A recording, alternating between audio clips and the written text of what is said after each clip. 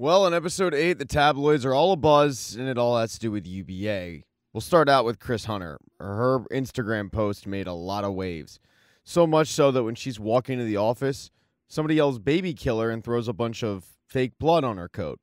It's gotten to the point where they have to take Chris off of SCOTUS coverage because after the morning show airs that day, they get death threats. So they're going to take her off the coverage, and they're going to give her some security detail just to make sure that no whack job ends up attacking her on the street. Then there's the vault. Paul Marks couldn't buy that photo, so they released it. Now, everybody in the world knows who Alex is sleeping with. Her boss. That doesn't stop UBA Plus from promoting their interview with Paul Marks, where nothing's, quote, off the table. Yeah, the joke just kind of writes itself. Because of this story getting out, though, Chip is having a really tough time booking guests for Alex's show. And she, in turn, is giving Chip a hard time because booking guests is his job. But you've got NBN convincing people that right now, going on Alex Levy is a joke. The PR department of UBA has drafted up a statement that they do want Alex to put out, but Alex is adamant she's not going to put out a statement about her personal life. Not at this time. And the problem is the shareholder vote is coming up.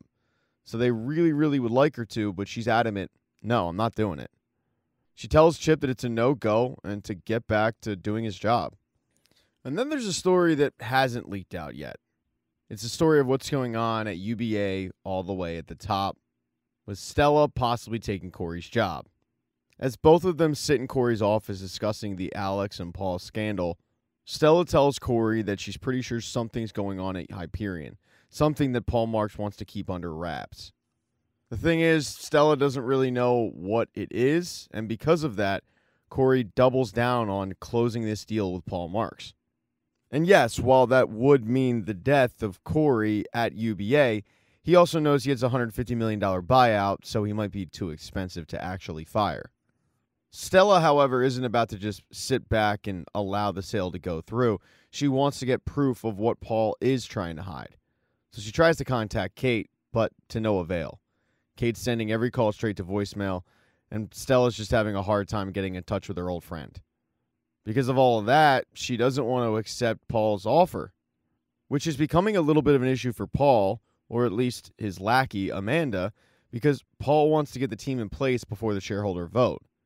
Ideally, Paul would like the team to be in place, shareholder vote to go through, sale to go through, Corey out, Paul's team moves in.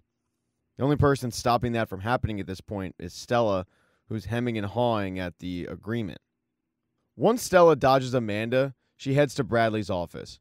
Because Stella isn't getting anywhere trying to contact Kate, she figures that maybe Bradley will.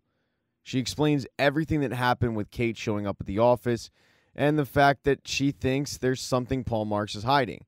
And she does this because this is kind of Bradley's wheelhouse. She loves this investigative journalist stuff. But Bradley is hesitant to do it. All because the last time she pushed a woman to talk about her trauma, it was Hannah. Stella tries to remind Bradley that what happened with Hannah is not her fault, but either way, Bradley doesn't want to go down that road again. Stella, though, implores her. She tells her that she's not sure whether Kate wants to be a whistleblower or not, but she writes down her phone number, hands it to Bradley, and reminds her that what she did with the Hannah Schoenfeld situation, that was the right thing, because ultimately she held those men accountable for what they did. She then asks her to call Kate, and she gets up and leaves it up to Bradley. This works because when Bradley gets home that night, she decides to call Kate up. But once Bradley identifies herself, Kate just says, wrong number, and hangs up, not wanting to talk to a reporter. So Bradley is back to square one. She's also got another issue that she hasn't even thought of.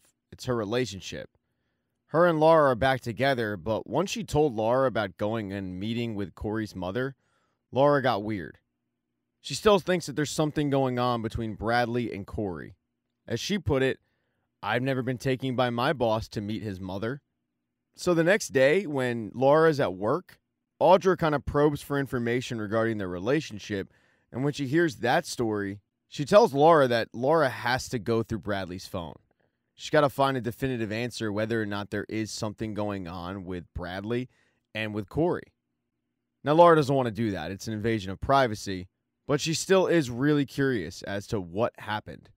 If anything, that is. Both women, though, have to get ready for that day's programming of YDA, and they just so happen to have a photojournalist on, Andre Ford. Over at the morning show, Mia is talking to Layla about what they're going to do regarding the Chris Hunter situation. She's got to eventually report on SCOTUS. But then Mia gets distracted because on the screen, she sees a familiar face. It's Andre, over at YDA. And she heads over to the rival studios to catch him as he's leaving. She's annoyed that he appeared on the rival show, but she's more annoyed with the fact that he's in New York and he didn't call, he didn't text, he didn't reach out. She was so worried about him when he was overseas, and she can't believe that he didn't reach out to say that he was okay. At the heart of this, though, it's their relationship. And she yells at him, telling him that he's a middle-aged adrenaline junkie that would rather bounce between wars than simply commit to his zip code. She leaves him in the lobby and walks back to UBA. Over at UBA, though, Andre Ford isn't even a blip on the radar for Corey. It's more to do with this interview coming up with Alex and Paul.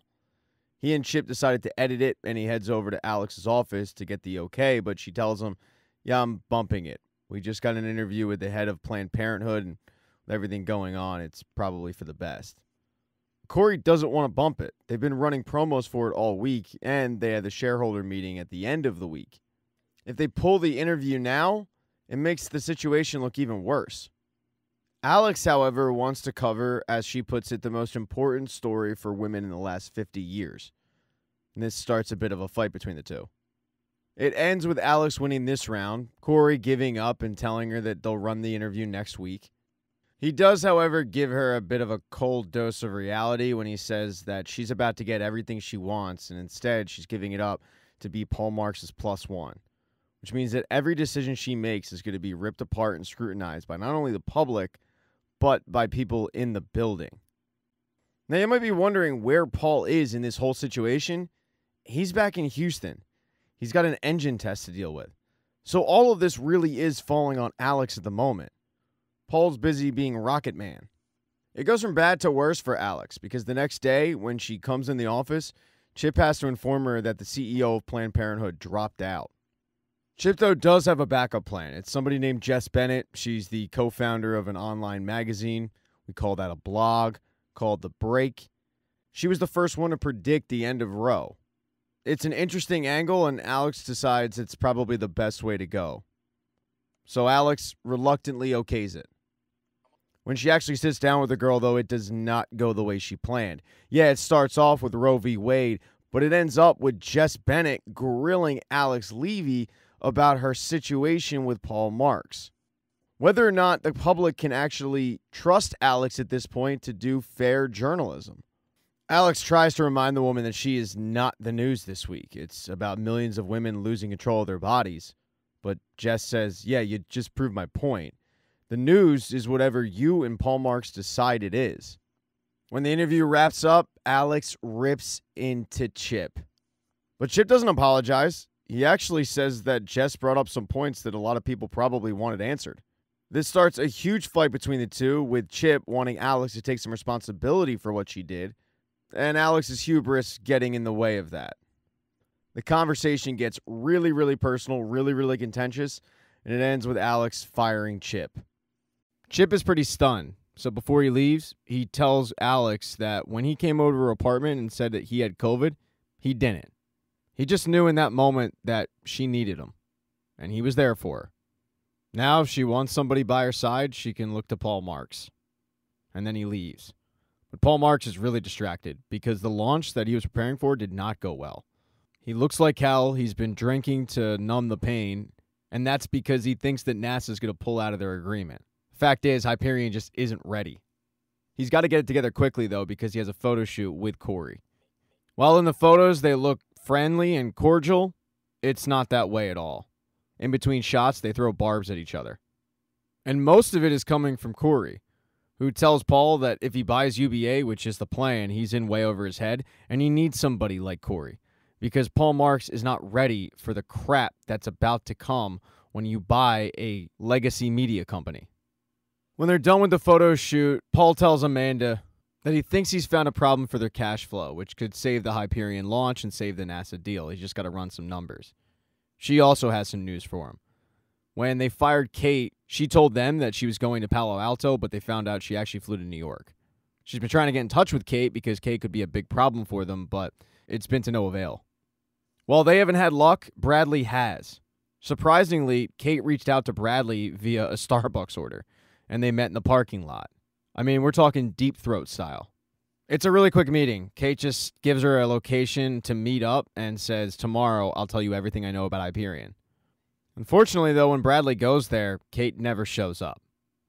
Bradley heads back to the office. She gets a phone call from Laura informing her that she's not at Bradley's place. She's, quote, not feeling well. Bradley thinks that Laura's just feeling under the weather, but Laura's not feeling well because curiosity got the best of her.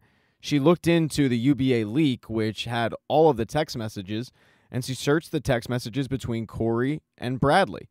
And what she first thought was an affair turned out to be a bunch of dots. And when you connected those dots, Laura was able to figure out that Bradley covered for Hal with the January 6th insurrection, and she's disgusted. Bradley has no idea about this. And the reason why she headed back to the office is because her and a couple of her coworkers are having a ceremonial toast in remembrance of Hannah. It's the anniversary of her death. One of those people is Chip, and he does inform people that he was let go by Alex, but he's not trying to make it about him. In the moment, it's all about Hannah. Another person that was there was Mia, who before she joined her coworkers was sitting in her office when she got a knock on the door, and it was Andre. He feels bad about what he did. He came to apologize and possibly try again with her because he does miss her. But that's not something Mia's interested in because deep down she knows that she's not going to change for him. He's not going to change for her. So they give each other a hug and go their separate ways. One person, though, that did not show up at the Hannah toast was Alex. She was at home waiting for Paul to show up, and when he does, they both talk about their crappy days. Paul then pitches Alex on an idea he had. Once the sale goes through, he's going to gut UBA, sell off all their assets and start over again. He pitches it like they're going to build something from the ground up the way they want, when in reality, all he cares about is selling off UB assets for cash to fund his Hyperion mission. And he's already started the process because he's got Amanda gauging interest in all the UBA properties. And the person that Amanda's talking to is Fred Micklin. Telling Alex is kind of just bracing her for the inevitable. Thank you so much for checking out this recap. Please consider subscribing to the channel and subscribing to my Patreon. Hit thumbs up if you liked it. Smash that thumbs down button if you thought it sucked. If you left a comment, I don't get back to you. I usually don't check the comments unless they're like a super comment. Also, if you don't see the next video up on the end screen, not to worry, it'll be up in a day or two.